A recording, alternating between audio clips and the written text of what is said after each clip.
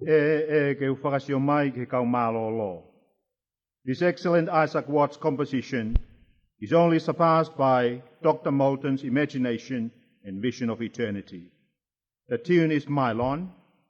Give me the wings of faith to rise within the veil and see.